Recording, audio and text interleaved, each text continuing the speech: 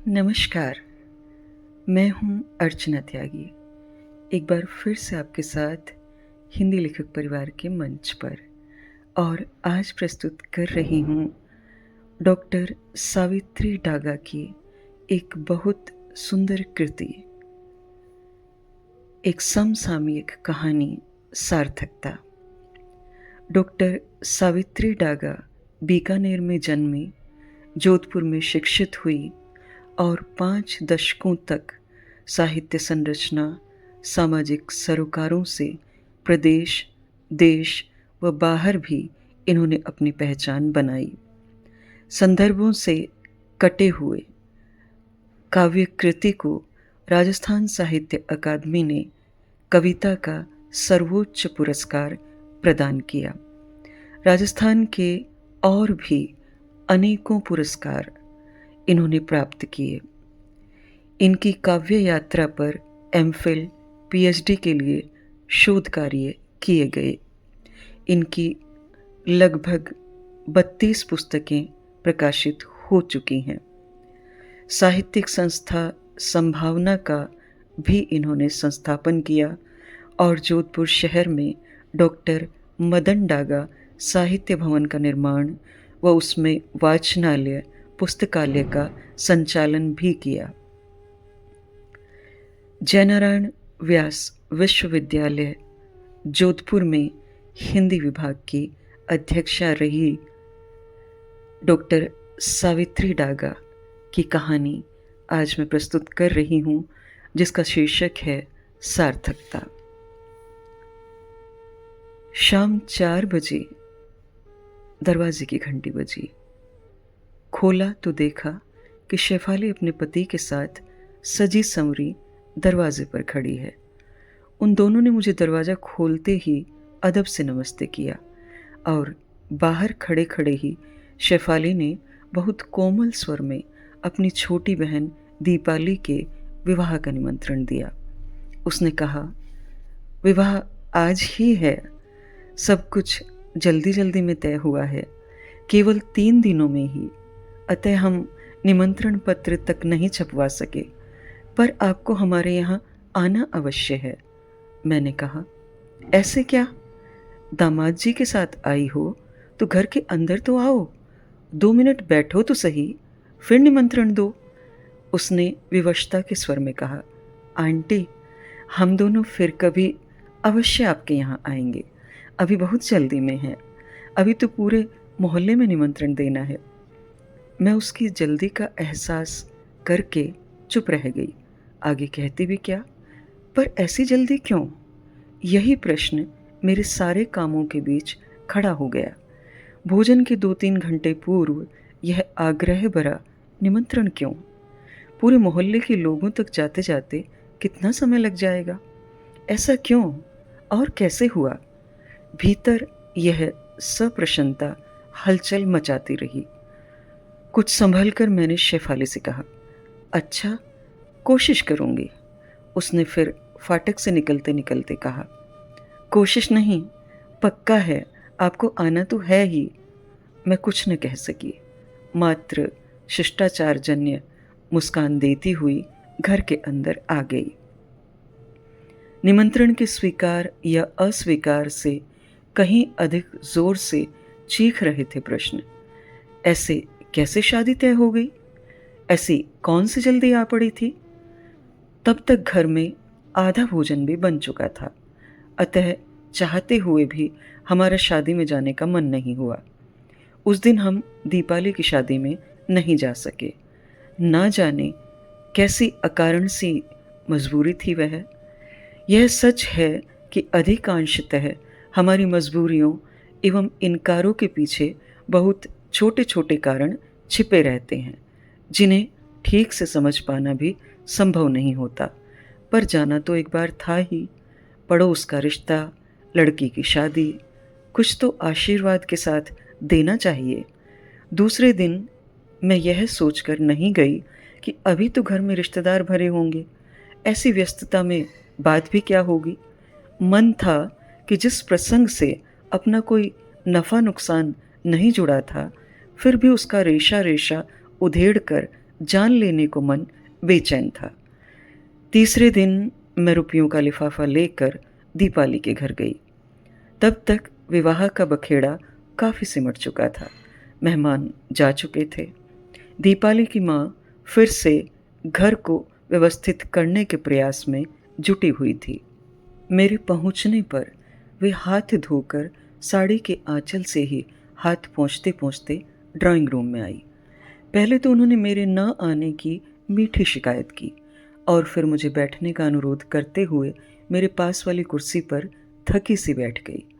मैंने लिफाफा उनके हाथ में थमाते हुए शादी में अनुपस्थित रहने के लिए क्षमा मांगी, अपनी विवशता जाहिर की जो महज एक औपचारिकता थी। तब उन्होंने भी वही बात दोहराई। क्या करते, सारा काम 3 दिन में ही करना पड़ा, अतः किसी को भी यथासमय निमंत्रण न भेज सके। मुझसे रहा न गया।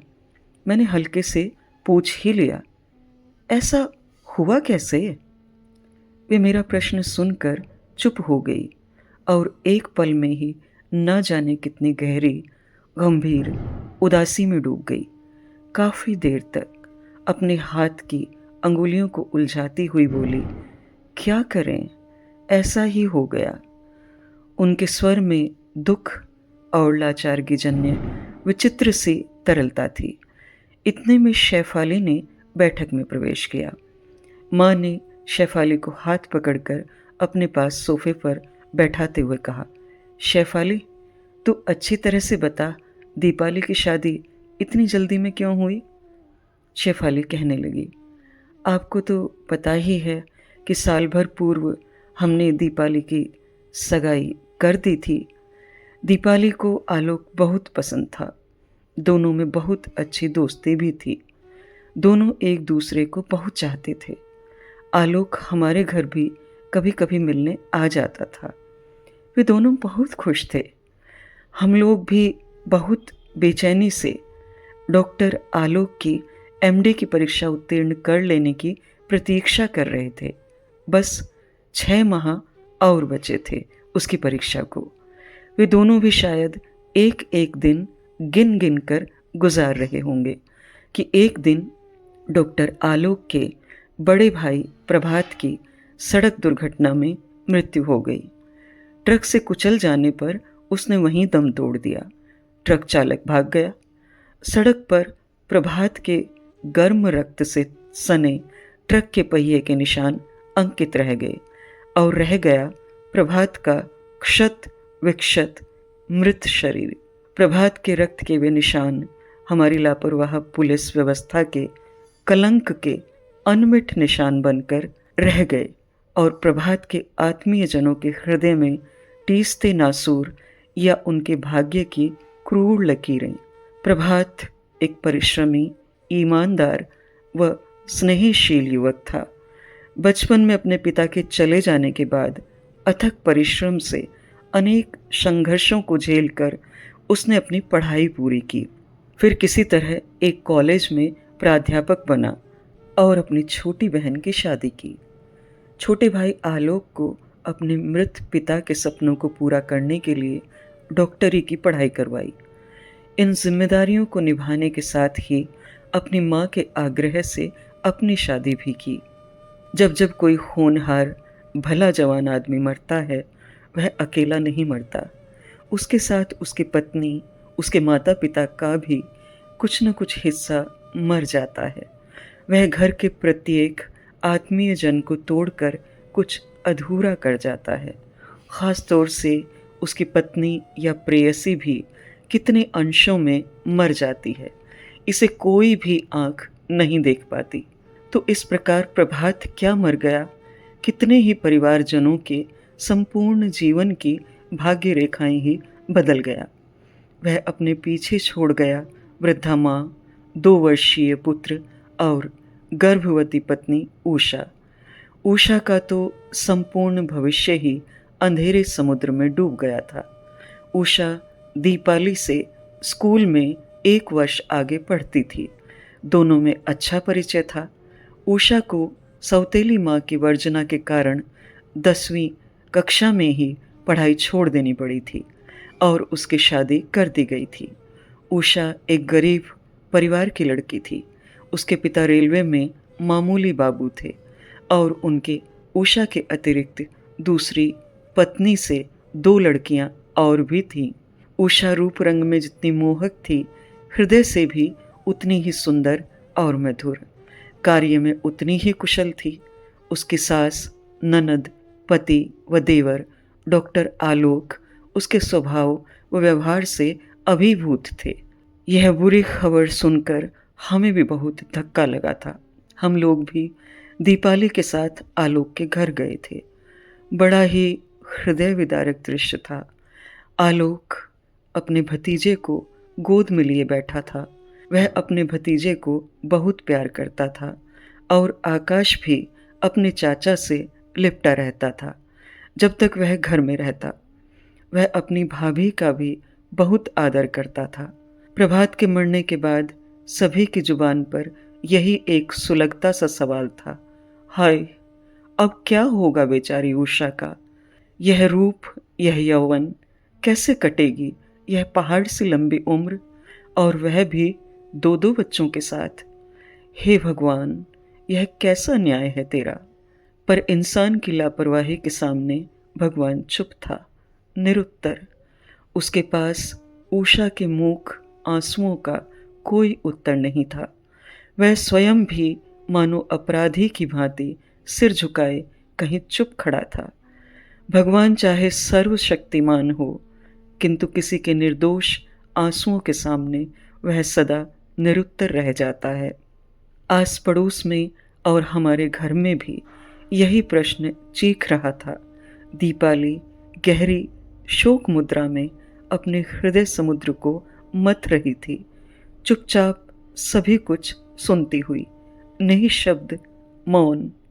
आलोक सोचने लगा था, भैया ने मेरे लिए इतनी कष्ट सहकर इतना कुछ किया, मैं भी इस बच्चे को अपने पास रख लूँगा, इसके प्रति सारी जिम्मेदारी निभाऊंगा। परंतु बेचारी भाभी का दुख। 6-7 दिन बाद आलोक हमारे घर आया। इतना उदास था वह, जैसे हंसना ही भूल चुका था। इधर दीपाली के अंतर में जो भयंकर सागर मंथन चल रहा था, उससे वह भी जैसे 7 दिन में इतनी बदल गई थी कि उसे क्षण भर में पहचानना कठिन था। उसके भीतर जैसे कुछ मर गया था और कुछ नया फूट पड़ने को कसमसा रहा था। वह स्वयं किसी अवसर की तलाश में कशमकश करता फूट ही पड़ा। उस दिन वे लोग रसोई से सटे बरामदे में बैठे थे। मैं रसोई में थी। आखिर उस दिन उसने आलोक से पूछ ही लिया, आलोक, तुम मुझसे सचमुच प्रेम करते हो? आलोक, यह भी कोई पूछने की बात है? दीपाली, तुम जानते हो प्रेम क्या होता है? प्रेम केवल सुख पाने का नाम नहीं, सुख बांटने का नाम भी तो है। फिर उसने थोड़ा जोर लगाते हुए कहा, प्रेम केवल भोग नहीं, त्याग भी तो है। आलोक, हाँ, वह तो है ही। दीपाली, तो फिर मेरे प्रेम के लिए तुम वह कर सकोगे जो मैं चाहूँगी? यदि हाँ, तो वायदा करो, वचन दो। आलोक, पहले बताओ भी कि क्या चाहिए तुम्हें? वह बार बार यही दोहराता रहा, पर दीपाली अड़ी रही। पहले वचन दो, फिर बताऊंगी। क्या तुम्हें मेरे मन बुद्धि पर विश्वास नहीं? आलोक ने हार कर कहा, अच्छा बाबा, दिया वचन, आखिर कहो भी। दीपाली, देखो बदलोगे तो नहीं? उसने फिर पक्का किया। आलोक, हाँ बाबा, हाँ, नहीं बदलूंगा। बोलो क्या चाहिए? दीपाली, तुम उषा से विवाह कर लो। इसी में मेरे प्रेम की गरिमा है, पूर्णता है, मेरे नारीत्व की सार्थकता है। आलोक जड़वत रह गया, चकित, स्तंभित। उसकी आंखें फटी रह गईं, जैसे उसे लकवा मार गया हो। कुछ देर बाद वह अचानक चीख पड़ा, क्या कहती हो यह? पागल तो नहीं हो गई हो? यह पाप है। असंभव है। दीपाली, पाप क्या है, पुण्य क्या है, यह फिर बताऊंगी, पर यह तुम्हारे लिए असंभव कदापि नहीं है। असंभव शब्द कायरों के शब्दकोश में होता है, और मैं तो एक वीर की प्रेयसी हूँ। क्या तुम मेरा यह गौरव मुझसे छीन लेना चाहते हो? तुम 4 वर्ष से उषा को जानते हो। तुमने देवर के रूप में उसका स्नेह, सद्व्यवहार भी पाया है। वह तुम्हारे घर परिवार की लक्ष्मी है।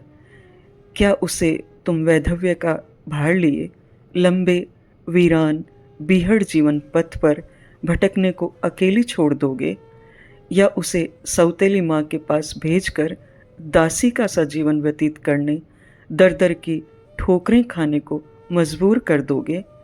क्या तुम्हारे धर्मशास्त्रों में यह पुण्य है? इस पुरुष प्रधान समाज के द्वारा नारी के लिए बनाए धर्मशास्त्रों का यही न्याय विधान है? क्या तुम उसे दकियानुसी समाज के बनाए वैधव्य की क्रूर बलिवेदी पर तिल तिल कर बलि होते, मरते, तड़पते देख सकोगे?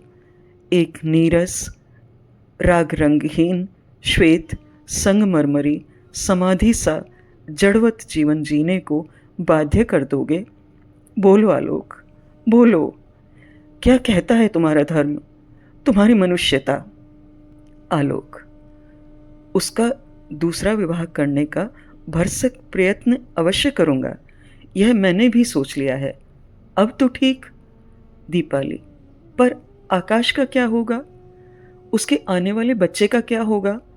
कौन ले जाएगा उसे अपने घर 2 बच्चों के साथ? आलोक, उन बच्चों को हम पालेंगे, बस। दीपाली, पर आकाश को अपने माता पिता के बीच पहले जैसा सुख कहाँ मिलेगा?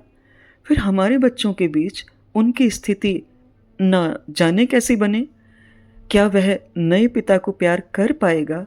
क्या दूसरा पिता उसे इतना प्यार दे पाएगा जितना प्यार तुम दे सकते हो? यह सब तभी संभव है जब तुम उषा को पुनः सुहागिन बना दो। उसके मन पर इस मनहूस वैधव्य की छाया भी गहरे मत होने दो, वरना वह नीरस हो जाएगी। कुछ ही समय में वैधव्य की आग में जल जाएगा उसकी कोमल मधुर नारित्व का रस। वह सूख जाएगी। तुम तुरंत उसकी रिक्तता को भर दो आलोक। आलोक, तुम भी एक लड़की हो। तुम यह कैसे कह रही हो? दुखद आश्चर्य। क्या तुम्हारे मन में मेरे साथ जीने के कोई अरमान नहीं? दीपाली, अरमान थे, और यह कहूं कि हैं भी तो क्या होगा? केवल स्त्री पुरुष का एकांत प्रेम का सुख ही तो मानव जीवन की चरम सार्थकता नहीं हो सकती। हम मनुष्य हैं। हम इस भौतिक देह के बाहर भी तो अपने सुख दुख जी सकते हैं। मेरे खोने का, हमारा साथ छूट जाने का दुख उषा के दुख से कहीं छोटा है। अतः मैंने बड़े दुख के निराकरण के लिए छोटे दुख को नकार दिया है। बस इतना ही तो किया है मैंने। और फिर आलोक, मनुष्य का सुख तो बहुत विराट होता है ना। दे देने का भी एक सुख होता है। एक ऐसा आनंद होता है जो पाने के सुख से कहीं बड़ा होता है। आलोक, पर तुम्हारी इस आदर्शवादी मानवी के नीचे दबी एक सामान्य प्रेयसी नारी भी तो है। इसे क्यों भूल जाती हो? क्या तुमने उसकी व्यथा को भी समझा है? दीपाली, हाँ आलोक, नारी नारी की व्यथा को जितना गहराई से समझ सकती है, महसूस कर सकती है, उतना साधारणतः कोई पुरुष नहीं कर सकता। पुरुष का प्रेम एवं उससे विवाह ही नारी जीवन की अंतिम ऊंचाई व मंजिल नहीं हो सकती। नारी के लिए उससे कहीं अधिक ऊंची मनुष्यता की मंजिल भी होती है। तुम यकीन करो आलोक, नारी केवल प्रेयसी नहीं होती। वह नारी बाद में है, पहले वह मनुष्य है, मानवी है। जब मनुष्यता का धर्म उसे चुनौती दे रहा हो, पुकार रहा हो, तो अपने साधारण नारी मन की पीड़ा को भुला देने में ही उसकी बहुत बड़ी उपलब्धि है। उससे जीवन की सार्थकता है। मनुष्यता से बड़ी मनुष्य की उपलब्धि और क्या हो सकती है। यदि तुम मेरे सच्चे मित्र हो तो मुझे भी एक अच्छी मानवीय की हैसियत से जीने का अधिकार दो। आलोक, पर हमारे प्रेम का क्या होगा? हमारी मित्रता का क्या होगा? दीपाली, हमारा प्रेम तो मनुष्यता की ऊंचाइयां छूकर और निखरेगा आलोक। वह तो अपनी सार्थकता पा जाएगा, विवाह से भी बड़ी सार्थकता। और मित्रता में बाधा कहाँ है आलोक? यदि उसमें सत्य की शक्ति होगी तो वह फूल की खुशबू की तरह कटीले जंगल में भी अपना रास्ता निकाल लेगी, अपना अस्तित्व बनाए रख लेगी। हम दोनों बेहतर इंसान बनने जा रहे हैं और इसी में तो प्रेम की सार्थकता है कि वह हमें बेहतर इंसान बना सके। आलोक कुछ न कह सका। अपनी आंखों में भीगा सा शांति का प्रकाश लिए वह उठकर भारी कदमों से चल दिया। इधर दीपाली ने अपने नए जीवन पथ की यात्रा प्रारंभ की। उसने अपने कॉलेज के एक वरिष्ठ अध्यापक डॉक्टर विशाल से अपनी शादी की बात पक्की कर ली। उनके पास रिसर्च के लिए अमेरिका जाने का ऑफर आया हुआ था, परंतु उनके माता पिता उनके उपयुक्त लड़की की तलाश में थे। वे इस जिद पर अड़े थे कि जाना है तो यहाँ से विवाह करके ही जाओ, अन्यथा हम नहीं जाने देंगे। दीपाली का उनके घर आना जाना था। वे कई वर्षों से दीपाली को जानते थे और पसंद भी करते थे। वह उन्हीं की देखरेख में एमडी कर रही थी। एक दिन कुछ पृष्ठभूमि बनाकर दीपाली ने उनसे विवाह करने की स्वीकृति व्यक्त कर दी। उन्हें और चाहिए ही क्या था। वे 5 दिन पूर्व हमारे घर आए, हमसे बात की और हमें समझा बुझाकर हमारी स्वीकृति ले ली। 2-3 दिन हम इस नई स्थिति से समझौता नहीं कर पाए। हमारे मन में और घर के भीतर और बाहर एक तूफान सा उठ खड़ा हुआ, पर अंत में हमें दीपाली का निर्णय स्वीकारना ही पड़ा। जब दीपाली ने यह कह दिया कि मैं आलोक से विवाह हरगिज नहीं करूंगी, यदि आपको मेरा विवाह करना है तो डॉक्टर विशाल से कर दीजिए, अन्यथा मैं घर छोड़ दूंगी। हमने सोचने का समय मांगा तो दीपाली ने कहा, अब समय नहीं है माँ। जब तक मैं किसी से विवाह नहीं कर लूँगी, आलोक का मुझसे मोहभंग नहीं हो पाएगा। वह उषा से विवाह करने का मानस नहीं बना पाएगा और रीति रिवाज के अनुसार 12 दिन बाद उषा को विधवा वेश धारण कर लेना होगा। अतः मैं चाहती हूँ कि इसके पूर्व ही उषा के साथ आलोक के विवाह का निर्णय हो जाए और हार कर हमें केवल 2 दिन में शादी की तैयारी करनी पड़ी और ऐसे में कार्ड भी न छपा सके। डॉक्टर विशाल ने 25 दिन का समय और बढ़वा लिया है। तब तक वे दीपाली को अमेरिका साथ ले जाने की कार्रवाई पूरी करवा लेंगे और 25 दिन बाद दीपाली उनके साथ अमेरिका चली जाएगी। उसने कहा है कि अपनी अधूरी एमडी की पढ़ाई संभव हुआ तो अमेरिका में ही पूरी कर लेगी और यदि एमडी नहीं भी कर पाई तो भी कोई बात नहीं, मेरा संतोष ही मेरी डिग्री है। उसने ससुराल जाते समय कहा था, प्रेम और आलोक से विवाह मेरे नारी जीवन की खुशी सफलता तो हो सकते थे पर सार्थकता नहीं। माँ, मैंने सब कुछ खोकर भी मानव जीवन की सार्थकता पा ली है। यह कहते कहते उनकी आंखें छलक पड़ी और मेरी भी। यह थी एक रोचक मार्मिक कहानी सार्थकता, जिसे डॉक्टर सावित्री डागा द्वारा लिखा गया था। मेरी आवाज़ में यह कहानी अगर आपको पसंद आई तो लाइक करें, कमेंट करें और अन्य साहित्य प्रेमियों के साथ साझा भी अवश्य करें। ऐसी ही और कहानियाँ सुनते रहने के लिए चैनल को सब्सक्राइब करें। मैं अर्चना त्यागी अब आपसे विदा लेती हूँ। फिर मिलते हैं एक और कहानी के साथ बेहतरीन कहानियों के सफ़र में। धन्यवाद। अगर आपको रचना पसंद आती है तो लाइक और कमेंट्स ज़रूर करें और शेयर कीजिए।